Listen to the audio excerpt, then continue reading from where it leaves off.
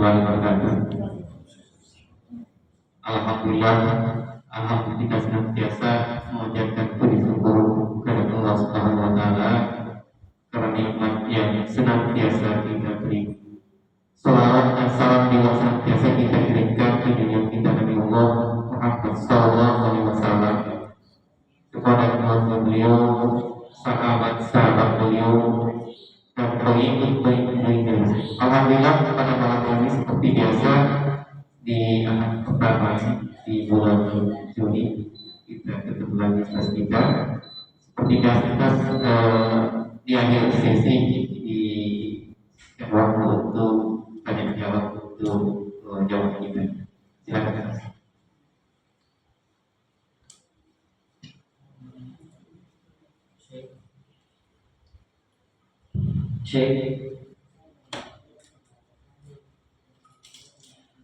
Bismillahirrahmanirrahim. Assalamualaikum warahmatullahi wabarakatuh. Waalaikumsalam. Alhamdulillahirabbil alamin. Alhamdulillahirabbil alamin. Hamdan katsiran thayyiban mubarakan fi kama yuhibbu rabbuna wa yarda, wa asyhadu an la ilaha illallah wahdahu la syarika lah fi rububiyyatihi wa uluhiyyatihi wa asma'ihi wa sifatihi.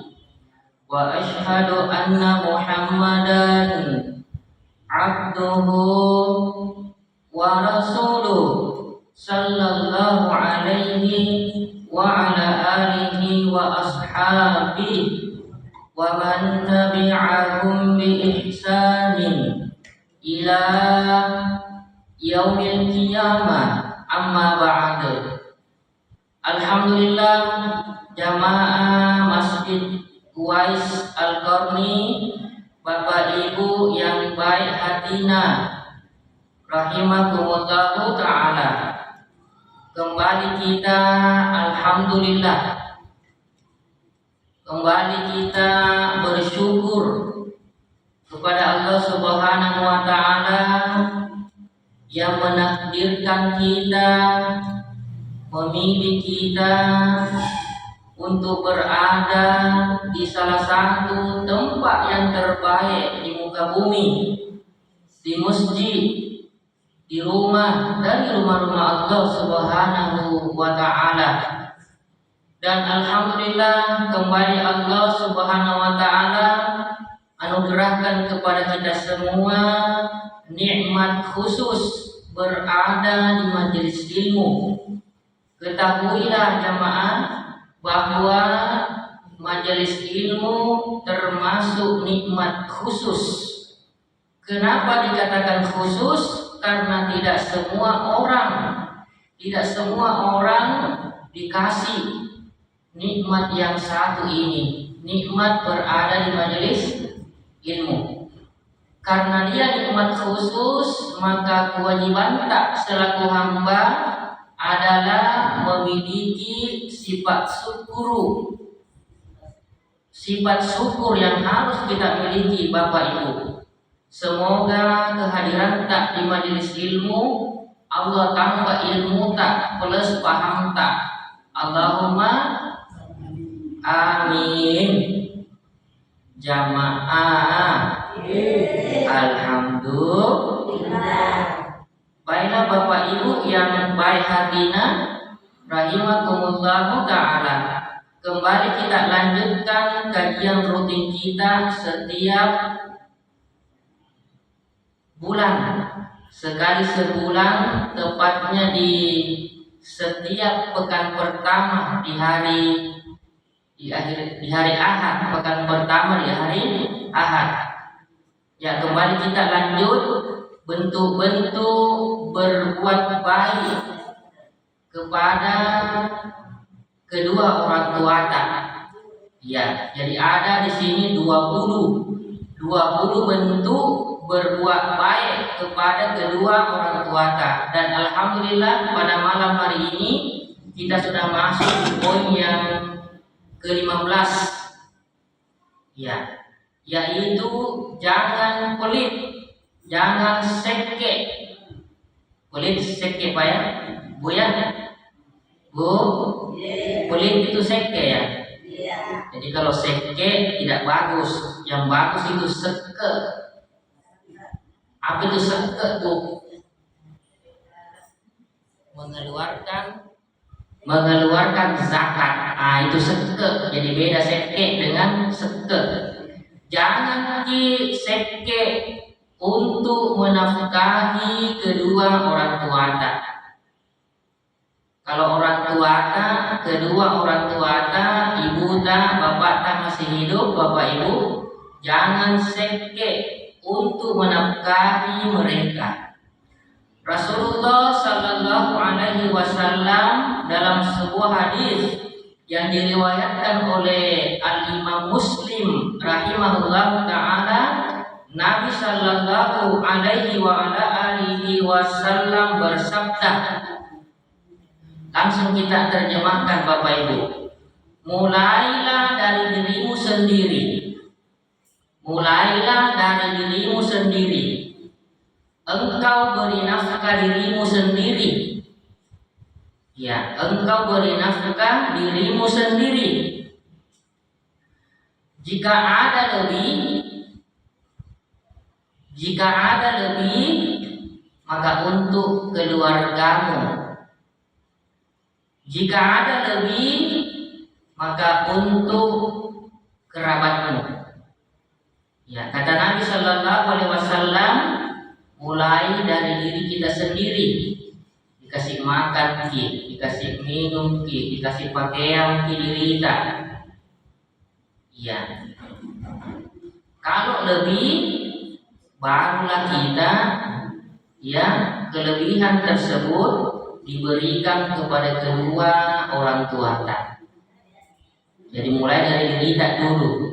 Ya, kalau ada kelebihan, ada ya tambahan papidalle, ada tambahan dalle rezeki, maka jangan lupa kedua orang tua kita. Apalagi kalau keduanya masih hidup, dan apalagi kalau keduanya sudah tua, Bapak Ibu. Butuh diperhatikan itu. Butuh diperhatikan kedua orang tua kita yang tidak muda lagi. Ya.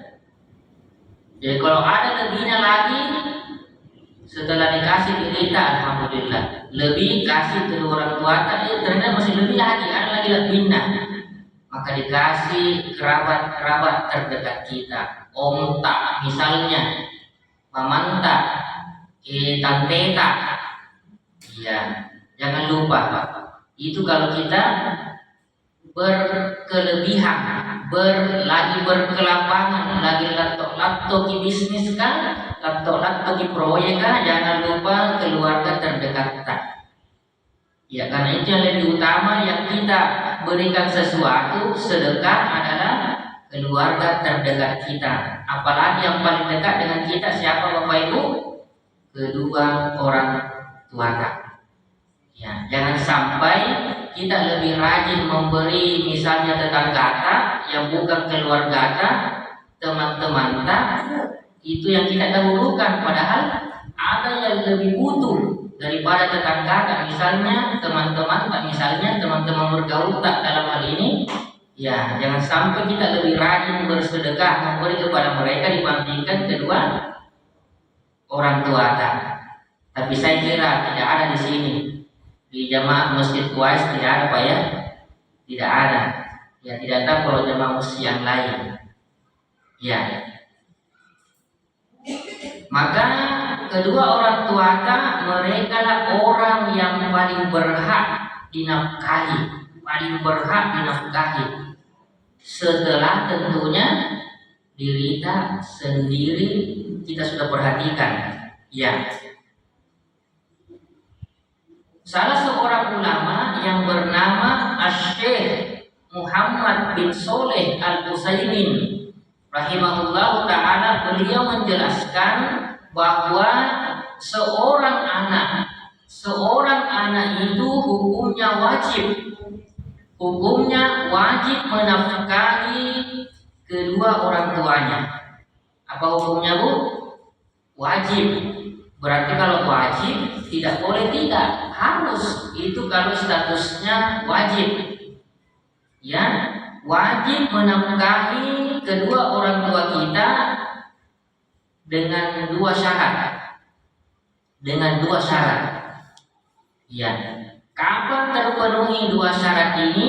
Maka di kondisi itu, di keadaan itu, seorang anak wajib menafkahi kedua orang tuanya atau salah satunya kalau masih hidup. Syarat yang pertama, kalau orang tuanya dalam keadaan miskin. Kalau kedua orang tua miskin, Bapak Ibu, maka seorang anak di kondisi tersebut wajib menafkahi kedua orang tuanya. Bagaimana Pak Ustadz kalau orang tuaku orang berada, orang kaya Pak Ustadz? Ya, bagaimana kalau kedua orang tua kita berada ya, banyak di hartanya, banyak tanahnya, juragan tanah lagi. Nah, maka di kondisi itu seorang anak tidak wajib. Kenapa? Orang tuanya di keadaan berada.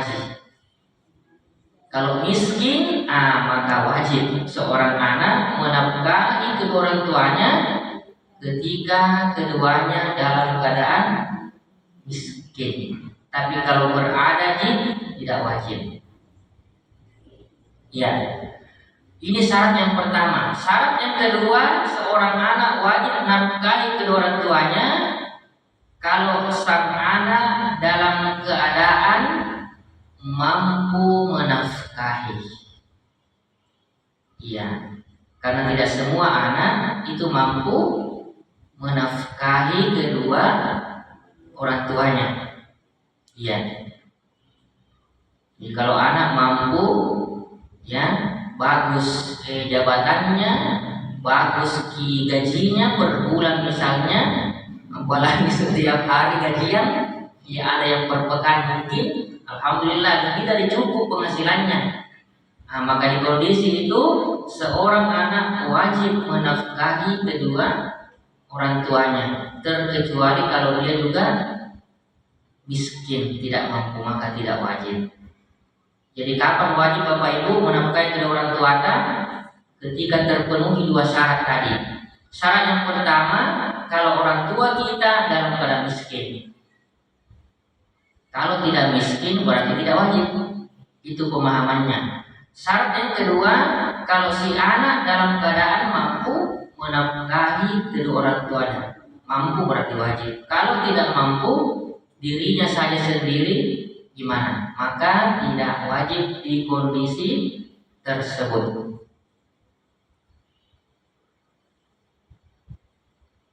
Kemudian kita masuk poin yang ke-16. Sering-seringlah mengunjungi mereka. Ya, apalagi kalau si anak sudah punya keluarga sendiri, punya rumah sendiri, ya, punya penghasilan sendiri. Jangan lupa kedua orang tua yang telah berjasa kepada kita. Jadi sering-sering kita mengunjungi, apalagi misalnya kalau berjauhan jaraknya, di luar daerah, di luar provinsi, di luar apa lagi Bapak Ibu? Luar daerah, luar provinsi, luar negeri. Lebih jauh lagi Pak ya, luar kota, luar negeri. Ya. Jadi sering-sering mengunjungi mereka, apalagi kalau si anak ya mampu untuk itu. Tapi bagaimana Pak Ustadz? Seandainya seorang anak tidak bisa sering-sering, tapi bisanya kurang sekali setahun bisanya Pak Ustadz. Hanya di momen Idul Fitri saja, ataukah di momen Idul Adha saja, Idul Kurban misalnya. Bagaimana Pak Ustadz? Karena si anak juga, apalagi kalau di luar negeri, wah ini butuh biaya besar Pak Ustadz. Ya, tiketnya saja berapa juta nih Pak Ustadz. Apalagi misalnya satu istri banyak anak, waduh. Mulai pesawat cuma satu saja berapa tiketnya nih? Nah, lagi tipis dompetnya misalnya, bagaimana itu Pak Ustadz? Kalau sekali setahun nih misalnya si anak mengunjungi kedua orang tuanya di kampung misalnya. Nah sekarang alhamdulillah ada ini Bapak Ibu, ada kita punya, ya kebanyakan orang punya HP sekarang Bapak Ibu. Ini membantu juga, ini fasilitas ini sangat membantu. Kalau tidak bisa mengunjungi secara langsung ke kediaman rumahnya kedua orang tua, maka kita gunakan kita punya fasilitas, yaitu media sosial, HP. Ya, kalau dulunya lewat surat, dulunya lewat suara, sekarang alhamdulillah. Walaupun si orang tua di kampung bisa pakai video call. Ya, seakan-akan ketemu langsung si anak kedua orang tua bisa saling tatap menatap. Video call ki Bapak Ibu. Ya, si anak video call orang tuanya kalau misalnya lagi rindu Dani. Ya, alhamdulillah cukup membantu Pak ya. Cukup membantu di fasilitas ini. Ya, untuk menghilangkan rasa Dani, rasa rindu kepada apakah si anak kepada kedua orang tua atau sebaliknya kedua orang tua kepada si anak. Ya, bagaimanapun namanya orang tua, biar waktu sendiri anaknya selalu khawatir, mana nih anakku ini, jam berapa ini belum pulang, tidak telepon kan juga. Ya itu kalau orang tua yang baik begitu bawaannya. Tengah malam belum pulang anakku, di mana karyawan, di mana ini stamplas ini. Ya, sampai anaknya pun sudah berkeluarga. Misalnya ada lagi anaknya masih naik kalau belum pulang di rumah. Ya, sampai ada cucunya lagi masih naik anaknya. Gimana mau kena? Gimana polisi? Di mana posisi tak sekarang? Nah itu orang tua yang baik naiknya terus, jangan sampai anakku misalnya dibegal ya, misalnya anaknya kecelakaan misalnya, banyak Pak ya kekhawatiran ini orang tua. Ya, jangankan Bapak Ibu, dikasih pondok saja anaknya,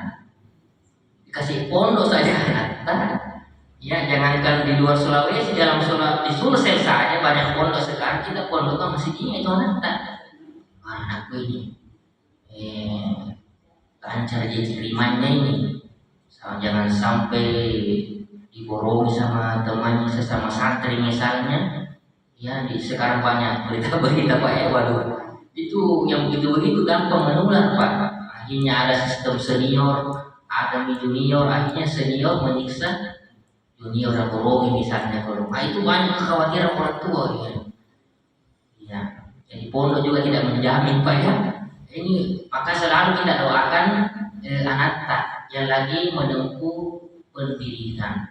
Ya, doa orang tua kepada anak tembus insyaallah. Ya, Bapak Ibu yang dirahmati Allah Subhanahu wa taala, ya.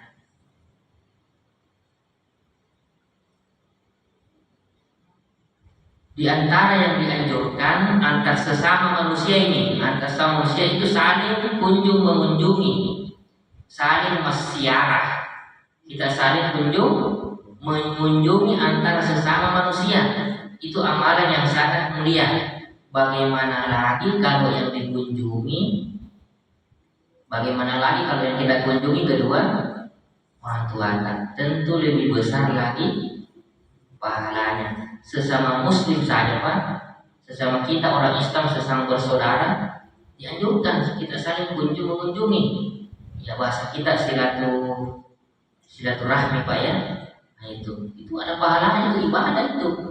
Ya, bahkan kata Nabi Shallallahu Alaihi Wasallam, jika kalian ingin dilapangkan rezekinya, diluaskan rezekinya, ya dipanjangkan umurnya, maka hendaklah dia rajin bersilaturahmi, mau panjang umurnya Bapak Ibu, saya yakin tidak ada yang mau cepat mati di sini. Mau semua panjang umur tak? Mau semua didapatkan rezeki tak dan letak. Caranya, kata Nabi SAW, hendaklah menyambung silaturahmi, saling kunjung mengunjungi. Ya, berikutnya poin yang ke-17, di antara bentuk berbuat baik kepada kedua orang tua, jika ingin meminta sesuatu kepada mereka, ya kalau kita kepengen sesuatu kepada kedua atau salah satu dari kedua orang tua Anda, maka mintalah dengan lemah lembut.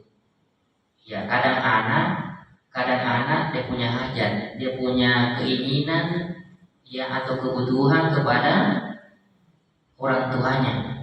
Nah, di antara adabnya anak ini, ketika dia meminta keinginan tersebut, maka dia bahasakan dengan kalimat yang bagus, yang lemah lembut. Jangan dipaksa, jangan memaksa kedua orang tua anak. Ya, ada juga anak kalau ada nih maunya pokoknya kalau nak bilang ki betulan. Ya, mungkin ada di antara jamaah anak yang seperti ini. Pokoknya Ustaz kalau dia minta A harus A, kalau B ya B, kalau merah bilang merah.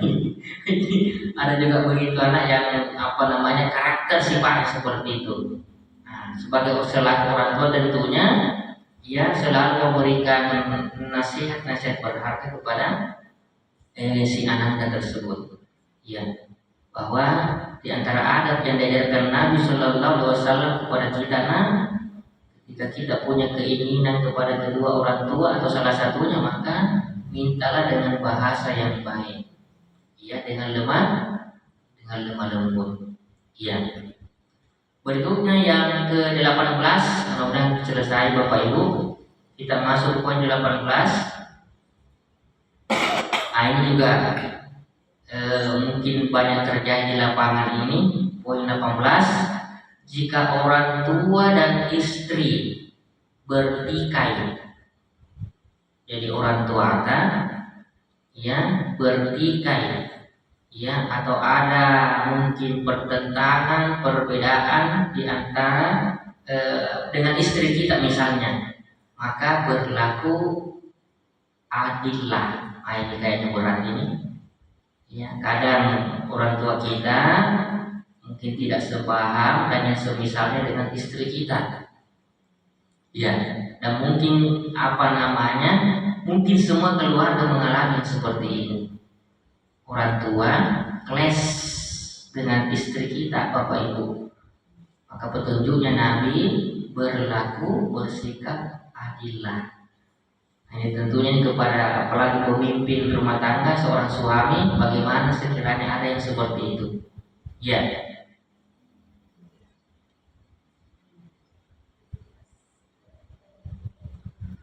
Allah Subhanahu wa Ta'ala berfirman di dalam Al-Quran dalam surat Al-Ma'idah ayat 8. Ya ayyuhalladzina amanu kunu qawwamina lillahi syuhada'a bil qisṭh wa la yajrimannakum syana'anu qaumin ala alla ta'dilu i'dilu huwa aqrabu littaqwa. Wahai orang-orang yang beriman, hendaklah kalian menjadi orang-orang yang menegakkan kebenaran karena Allah, menjadi saksi dengan adil, dan jangan sekali-kali kebencianmu, ketidaksukaanmu terhadap suatu kaum mendorong kalian untuk berlaku tidak adil. Berlaku adillah, karena adil itu lebih dekat kepada takwa, dan bertakwalah kepada Allah. Sesungguhnya Allah Maha mengetahui apa yang kalian kerjakan. Ya. Jadi di dalam ayat ini Allah Subhanahu wa Ta'ala memberikan ilmu kepada kita, ya, kalau ada misalnya ada sesuatu yang kita benci misalnya, ya, maka tetap kita berlaku adil. Jangan sampai kebencian kita itu terhadap sesuatu atau kepada seseorang membuat diri kita ini tidak berlaku adil. Nah, ini diantara perkara yang berat, butuh melatih diri kita menjadi pribadi-pribadi yang adil. Apalagi kalau misalnya tadi orang tua yang keles dengan istri misalnya. Nah, ini butuh di situ kadang terjadi kebencian ya di antara orang tua dan istri. Ya, apalagi misalnya kalau suaminya misalnya belum punya rumah, nah masih satu rumah dengan mertuanya misalnya, wah ini rawan terjadi banyak masalah Bapak Ibu ya. Ya, beda kalau menantu laki-laki sama mertuanya. Berbeda juga kalau istri di di mertuanya sama suaminya. Nah, itu rawan terjadi banyak masalah di situ. Ya, akhirnya suami yang belum punya rumah jadi untuk sementara menjadi kontraktor kontrak kemana-mana. Ya, Bapak Ibu yang dirahmati Allah Subhanahu Wa Taala, poin yang ke-19. Ya, sisa satu lagi Bapak Ibu, bermusyawarah dengan kedua orang tua dalam urusan kita. Iya, jadi kalau ada misalnya urusan kita yang butuh dipecahkan secara bersama, tidak bisa kita mengambil jalan sendiri, jalan keluar, maka kita bermusyawarah dengan kedua orang tua kita, dan tentunya kedua orang tua kita itu sudah merasakan yang namanya asam-asam garam, sudah banyak pengalaman hidup yang mereka telah lalui. Maka seorang anak harus lebih banyak belajar dari pengalaman kedua orang tuanya, apalagi dalam masalah urusan rumah tangga. Iya, jadi kita ajak orang tua kita untuk bermusyawarah, kita merapat, yang mengajak orang tua untuk diskusi misalnya terhadap masalah-masalah yang kita hadapi seperti itu. Ya. Dan memang Allah Subhanahu Wa Taala memerintahkan kita bermusyawarah. Wasyawirhum fil amr, bermusyawarahlah dengan mereka dalam urusan-urusanmu. Nabi saja mengajak para sahabatnya bermusyawarah. Ya. Yang terakhir Bapak Ibu, bentuk-bentuk berbuat baik kepada kedua orang tua. Bentuk yang terakhir yang ke-20, berziarah kubur, mengunjungi kuburan mereka dan sering-sering mendoakan mereka. Ya, Rasulullah Shallallahu Alaihi Wasallam itu pernah bersabda, hadis yang diriwayatkan oleh Al-Imam Al-Hakim, Nabi Shallallahu Alaihi Wasallam bersabda, dulu aku pernah melarang kalian ziarah kubur. Jadi dulu di zaman Nabi Shallallahu Alaihi Wasallam, Bapak Ibu, pernah Nabi melarang umatnya untuk berziarah kubur. Jadi pernah Nabi melarang kita ziarah kubur. Ya, tapi sekarang hendaklah kalian berziarah kubur. Ya. Jadi boleh hukumnya ziarah kubur. Ya, kenapa boleh sekarang ziarah kubur? Karena ziarah kubur dapat melembutkan hati. Ya, kalau keras-keras hati kita Bapak Ibu, kita ke kuburan supaya menjadi lembut kembali hati kita. Ya, membuat air mata berlinang. Kalau orang pergi ke kubur, melembutkan hati, membuat air mata kita keluar. Ya, kalau susah kita menangis, dia sesekali datang ke kubur. Ya, dan datang ke kubur itu secara kubur mengingatkan kalian, kata Nabi, akan kehidupan akhirat. Ya, karena kadang kita ini lengah di kehidupan dunia Bapak Ibu ya, karena kita ada dalam hidup dunia seakan-akan tidak mati-mati gitu. Kalau sesekali ke kubur bahwa saya akan begini juga nanti keadaannya. Ya, tapi jangan kalian mengatakan perkataan yang tidak layak. Ya, kalau kita datang ke kubur Bapak Ibu, tidak boleh di sana ada gosip-gosip, cerita-cerita yang tidak baik. Ketika kita ziarah kubur. Jadi ziarah kubur itu bisa melembutkan hati, yang membuat air mata kita berlinang, mengingatkan kita kepada kehidupan akhirat, bahwa masih ada kehidupan setelah kematian. Iya. Dan ziarah kubur bisa mengingatkan kepada kehidupan akhirat. Ya, supaya menyadarkan diri bahwa nanti cepat atau lambat pasti juga nanti saya akan ditandu, akan dikuburkan seperti saudara-saudara saya ini.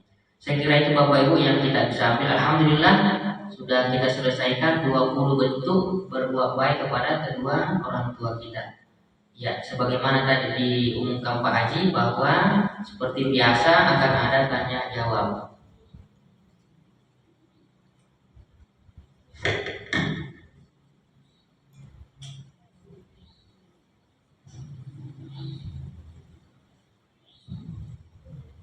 Ya, silakan Bapak Ibu Ya. kalau ada yang mau ditanyakan. Pak Haji, saya tadi minta Pak Maaf. Terima kasih. Assalamualaikum warahmatullahi wabarakatuh. Waalaikumsalam. Kita juga bertanya. Saya cuma biasa membaca bahwa satu orang ibu bisa menanggung 10 orang anak. Tapi 10 orang anak belum pasti bisa menanggung seorang ibu. Dan itu yang banyak terjadi, Pak Ustaz. Macam tadi dia bilang kalau misalnya sudah berkelebihan, bisa yang berhak pertama adalah orang tua kita. Tapi yang banyak terjadi adalah tidak pernah berlebih di rumah tangga. Terutama itu istri selalu bilang kurang. Jadi kalau datang misalnya mertua, kamu sumirupannya. Nah ini yang umumnya banyak terjadi. Jadi saya selalu berkesimpulan bahwa kalau mau diperbaiki anak masa tua, perbaiki ke orang tua atau orang tua. Sesuai dengan pengalaman yang orang-orang dekat yang saya lihat atau teman yang memang baik sama orang tuanya itu baik tahu masa depannya. Tapi yang sekte sama orang tuanya atau mertuanya tersisa tahu masa tuanya. Artinya anaknya juga tidak perhatikan. Jadi ini pernah saya lihat di YouTube seorang orang tua yang dikirim ke panti jompo karena memang orang tua anak-anaknya sudah miskin, tidak mampu juga tinggal di rumah mertua, istrinya juga memusuhi mertuanya, jadi terpaksa dia kirim orang tuanya ke rumah jompo. Jadi kalau saya ini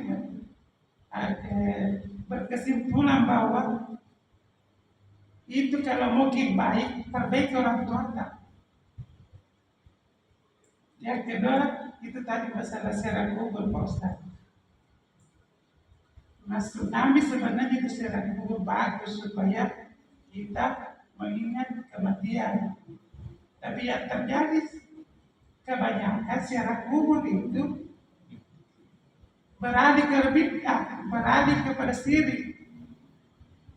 Bahkan pernah saya dengar Ustaz Haidir bertanya santrinya, bilang bagaimana itu Ustaz serat kubur? Ustaz saya bilang sebaiknya dihindari karena itulah efek-efek negatifnya beralih ke syirik.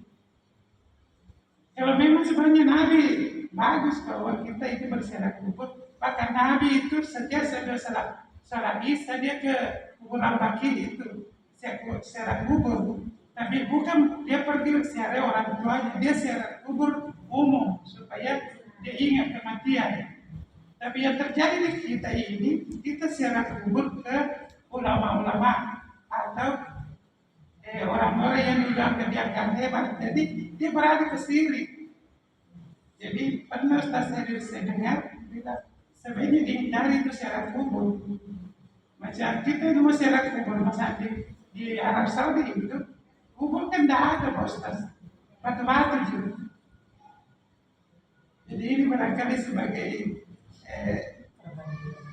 perbandingan dia. Sekian, assalamualaikum warahmatullahi wabarakatuh. Ya, Masya Allah. Bagus. Bagus pertanyaan Pak ya. Pak siapa lagi hasilnya? Pak Haji Said. Ada dua di sini pertanyaan sekaligus pernyataan. Yang pertama beliau katakan bahwa beliau pernah mendengarkan pernyataan bahwa 10 anak Seorang ibu bisa ya, membesarkan seorang ibu bisa mengurus 10 anak. Jadi satu ibu bisa mengurus 10 anak, tapi 10 anak belum tentu bisa urus satu orang ibu. Jadi betul itu Pak ya, betul itu pernyataan. Dan itu ternyata banyak yang terjadi di lapangan. Jadi satu orang ibu mampu mengurusi 10 anak, tapi 10 anak belum tentu mampu mengurus satu ibu. Dan itu yang banyak terjadi di lapangan. Jadi betul itu Pak, tidak salah itu pernyataan, tidak salah. Maka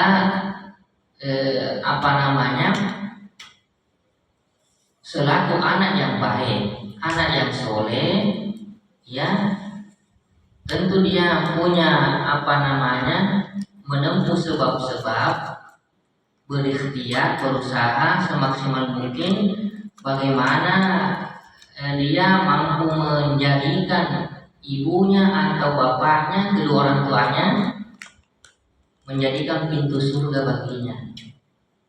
Karena kedua orang tua dan bapak ibu itu hakikatnya pintu surga itu yang Allah sediakan tentu untuk anak-anak yang soleh, yang soleha, anak-anak yang berbakti. Ya, jadi tadi bisa juga menjadi pintu neraka. Jadi kedua orang tua bisa kita jadikan sebagai pintu surga. Tapi bisa juga berbalik menjadi pintu neraka. Kapan kedua orang tua itu menjadi pintu surga bagi seorang anak? Ketika seorang anak mampu mengurusi, bergaul dengan baik kepada kedua orang tuanya, maka disitulah kedua orang tuanya menjadi pintu surga bagi si anak.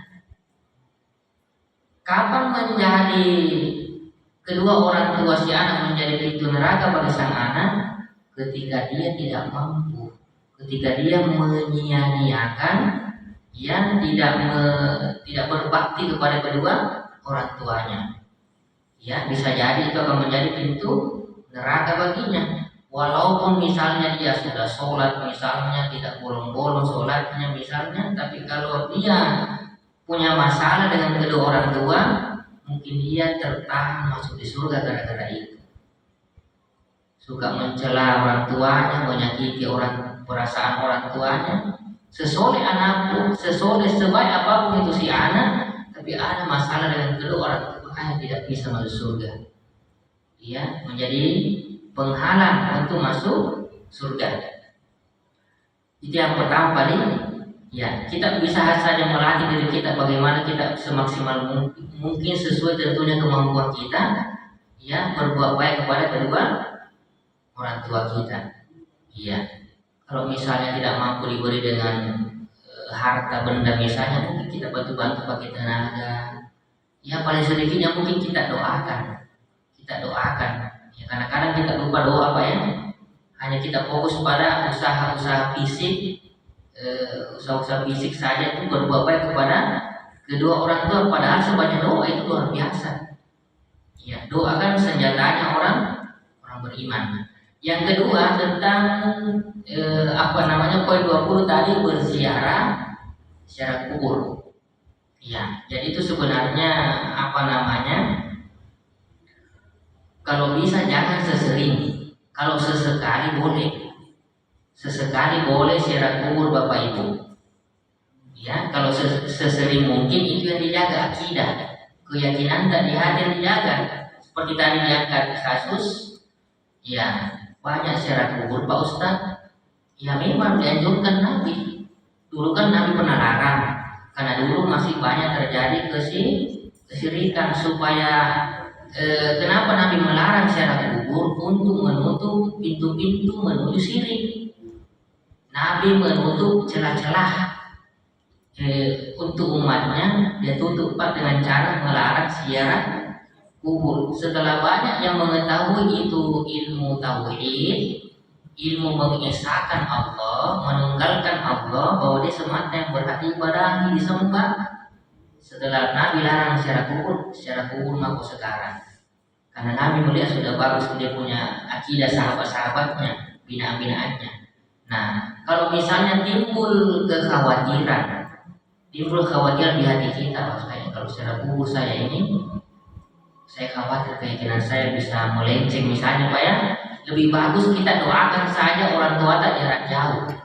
Sebenarnya tidak wajib secara kubur, hendak biar tidak di kuburan lagi orang tua tak, tapi tetap yang namanya doa anak yang soleh tembus untuk kedua orang tuanya. Tidak mesti berdoa kalau kita siaran kubur nanti anak berdoa kalau sudah di depannya kuburan orang tuanya. Tidak mesti, tidak harus itu Bapak Ibu.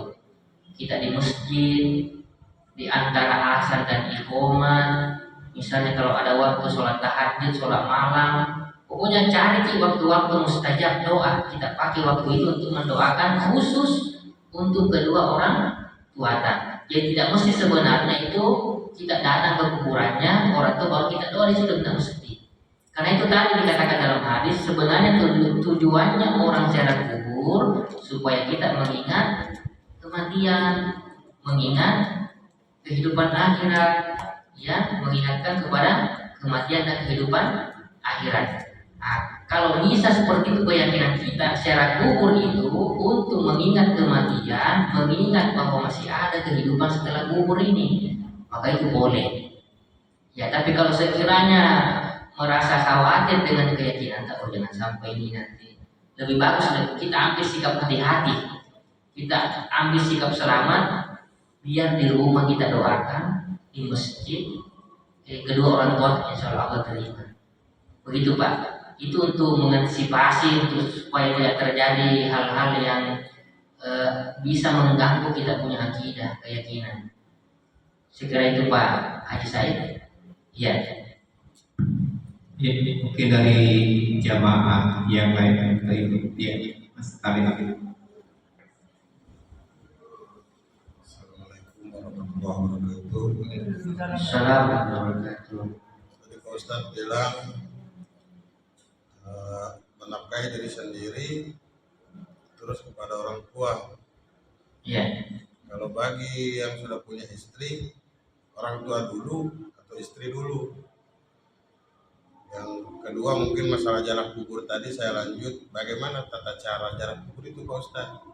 Biar kan kita mau lihat itu tempat terakhir orang tua atau saudara, pasti kita mau lihat jarak kuburnya, pasti datang ke kuburannya.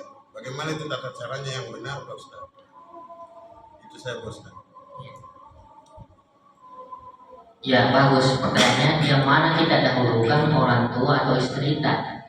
Yang mana kita dahulukan orang tua kita atau istri kita selaku suami Pak ya? Ya.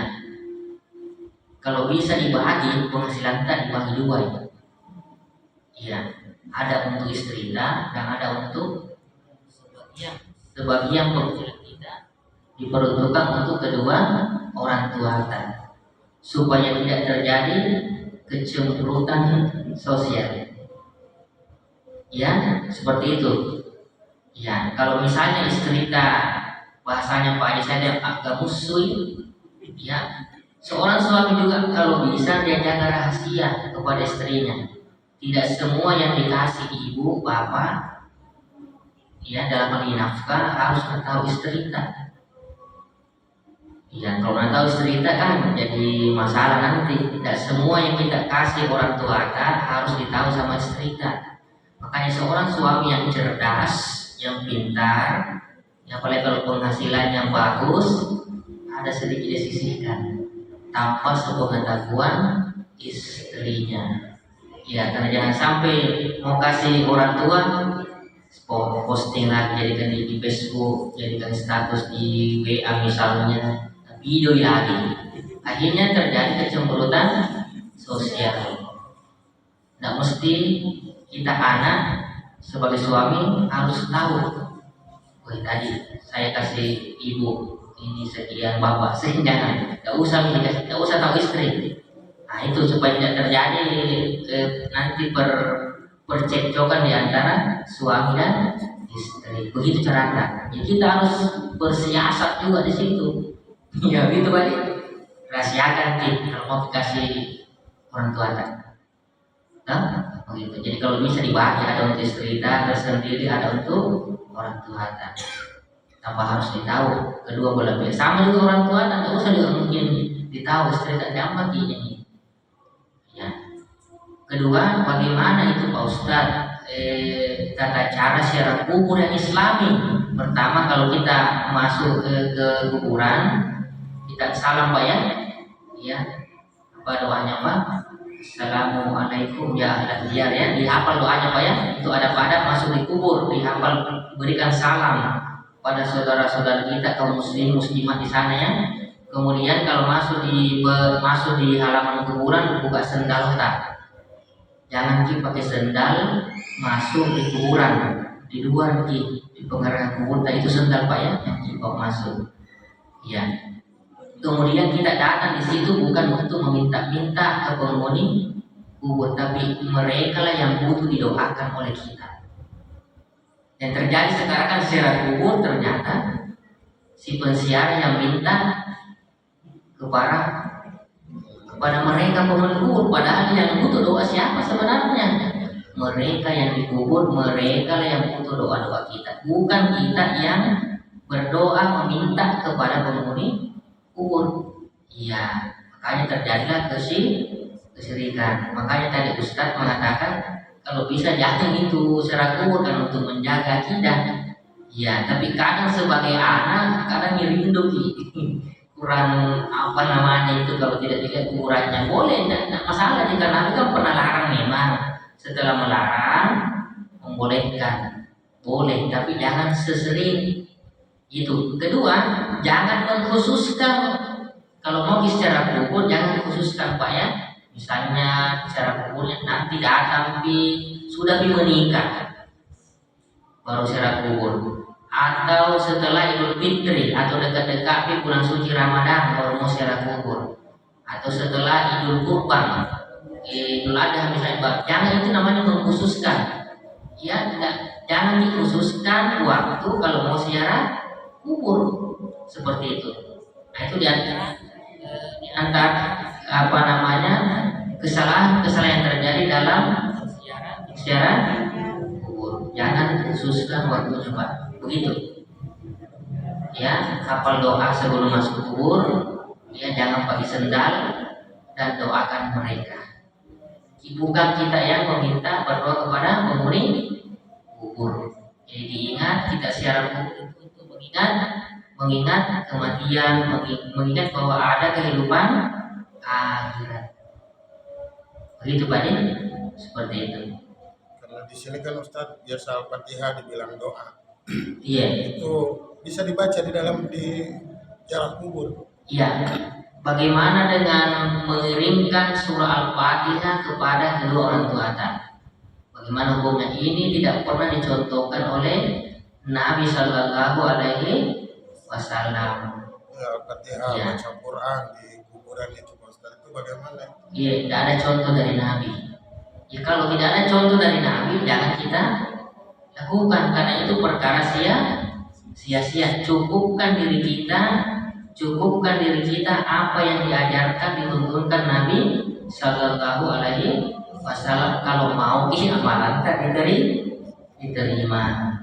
Iya, jadi Islam punya aturan-aturan tersendiri. Jangan mengikut aturan-aturan selain Islam. Sama kalau kita bekerja di sebuah perusahaan, tentu bos itu ada aturannya. Ini Allah punya aturan. Nabi dan Rasul punya aturan. Jangan kita melabrak aturan Allah dan Rasul. Mengikuti saja, karena kita ini sebenarnya umat Islam hanya mencontoh apa yang Nabi lakukan. Kita berusaha semaksimal mungkin lakukan. Ya, sekarang memperberat diri kita sendiri. Ya, masih banyak sunnah-sunnah Nabi, kebiasaan Nabi yang kita tidak lakukan. Kenapa menyibukkan menyibukkan lagi diri dengan apa yang Nabi tidak pernah ajarkan. Jadi fokus saja Pak pada yang Nabi ajarkan. Seperti karena itulah yang diterima. Iya, saya kira itu Bapak Ibu, karena sudah masuk waktu. Saya mohon maaf lagi. Saya mungkin sholat bisa ditunda karena masih ada ini. Ya, semoga apa yang kita dengarkan di malam hari ini berberkah, bermanfaat, dan semoga Allah mudahkan kita untuk mengamalkannya. Lebih dan kurang mohon maaf Bapak Ibu. Subhanallahumma wa bihamdik, asyhadu an la ilaha illa anta, astaghfiruka wa atubu ilaik. Walhamdulillahirabbil alamin. Assalamualaikum warahmatullahi wabarakatuh. Waalaikumsalam warahmatullahi wabarakatuh.